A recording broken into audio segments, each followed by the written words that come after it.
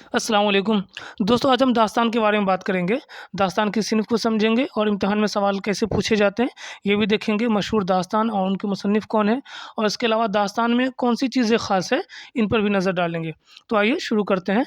داستان تو داستان قصہ گوئی کی سب سے پرانی صنف ہے، یعنی جب سے نثر لکھا گیا، ادب لکھا گیا، کہانی لکھی گئی، افسانہ وغیرہ، تو اس میں سب سے جو پرانی صنف ہے وہ داستان ہے۔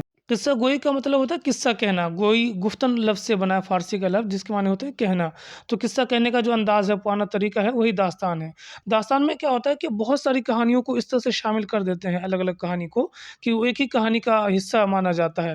یا یہ کہہ لیجئے کہ ایک کہانی سے کہانی شروع ہوتی ہے، کئی کردار آتے ہیں اور ہر کردار سے ایک ایک کہانی نکلنا شروع ہو جاتی ہے۔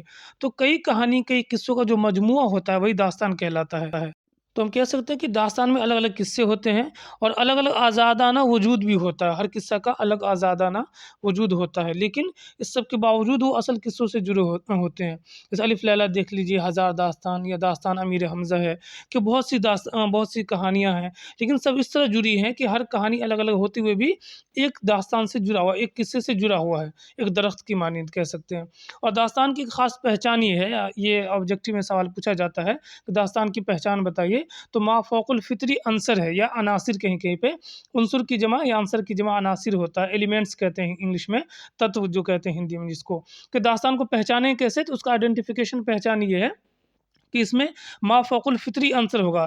ما فوق الفطری عنصر اسے کہتے ہیں کہ ایسی چیزیں جس کو دل دماغ آپ کا ایکسیپٹ نہ کرے، یہ آپ کا دماغ ایکسیپٹ نہ کرے، اس کو ما فوق الفطری عنصر کہتے ہیں۔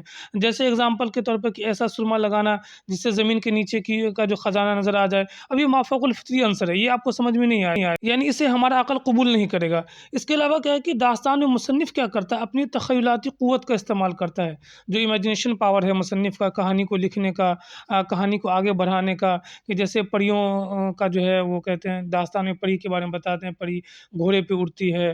اس کے علاوہ اور یہ جناتوں کا محلہ ہوتا ہے، سونے چاندی کے بارے میں جس طرح سے بات کی جاتی ہے۔ تو یہ ایک طرح سے کہہ سکتے ہیں کہ ما فوق الفطری عنصر ہوتا ہے، تخیلاتی قوت ہوتا ہے، انسان کچھ بھی بیان کرتا چلا جاتا ہے جو اس کا مصنف ہوتا ہے، جو دل دماغ کو اچھا لگے، بھلے عقل اس کو ایکسیپٹ کرے یا نہ کرے۔ اس کے علاوہ داستان میں جو تہذیب و ثقافت، تہذیب کہتے ہیں جو جہاں لکھی گئی ہے داستان، وہاں کا تہذیب، جیسے ہم مسلمان ہیں تو ہمارا تہذیب کیا ہے، نماز، روزہ، مسجد، تو یہ سب کیا تہذیب کا حصہ ہے۔ ثقافت جیسے نقاب، کرتا پاجامہ، سب کیا ثقافت کا حصہ ہے۔ تو یہ ساری چیزیں داستان کا حصہ ہے۔ اس کے علاوہ کہہ سکتے ہیں کہ عہد قدیم کی جو زبان ہے اور اس کو جینے کا انداز ہے، اس کو جاننے کے لیے، یعنی پرانے زمانے میں وہاں زبان کیسی استعمال کی جاتی تھی یا لوگ کس طرح سے زندگی گزارتے تھے، تو اس کو جاننے کے لیے داستان کا مطالعہ کرنا ضروری ہے۔ یعنی داستان کی اہمیت میں سے یہ ہے کہ ہم پرانے زمانے کی چیزوں کو آسانی سے جان پاتے ہیں۔ اس کے علاوہ داستان نویس کہتے ہیں، نویستن سے بنا، جس کے معنی ہوتے ہیں لکھنا۔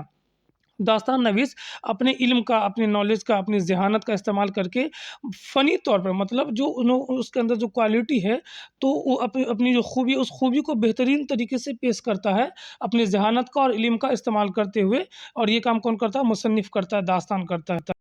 اس کے علاوہ جو ہے کہ داستان میں محاورات کا استعمال ہوتا ہے، کہاوتوں کا استعمال ہوتا ہے۔ داستان لکھنے والے جو ہیں مصنف، وہ اپنی جو ہے جو کریٹیو پاور ہے، اس کا تخیلاتی پاور ہے، اس کا، اور جو ما فوق الفطری عنصر ہوتا ہے، ان کا استعمال کر کے ایک بہترین فن اور نمونہ پیش کرتا ہے، جس سے جو ہے پڑھنے والے کو، جو قارئین کو ایک مزہ ملے، ایک نئی چیز، جیسے بادشاہوں کا محل اور اس طرح کی چیزیں، پریوں کا اور پرستان وغیرہ جو کہتے ہیں، اور ایسی چیزیں جو مطلب دل کو بہت اچھا لگے، بھلے دماغ اس چیز کو قبول کرے یا نہ کرے۔ اڑنے والا گھوڑا، علاؤالدین کا چراغ جس میں جنات قید ہے، اس طرح کی چیزیں جو ہے مصنف لکھتا ہے۔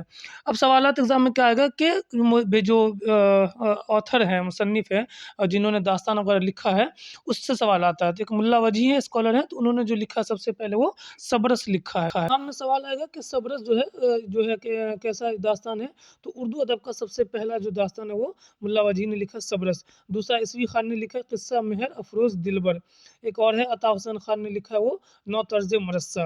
مہر چند کھتری نے نو آئین ہندی لکھا ہے، نو کے معنی ہوتے ہیں نیا، آئین کے معنی قانون وغیرہ، تو یہ مہر چند کھتری نے لکھا ہے۔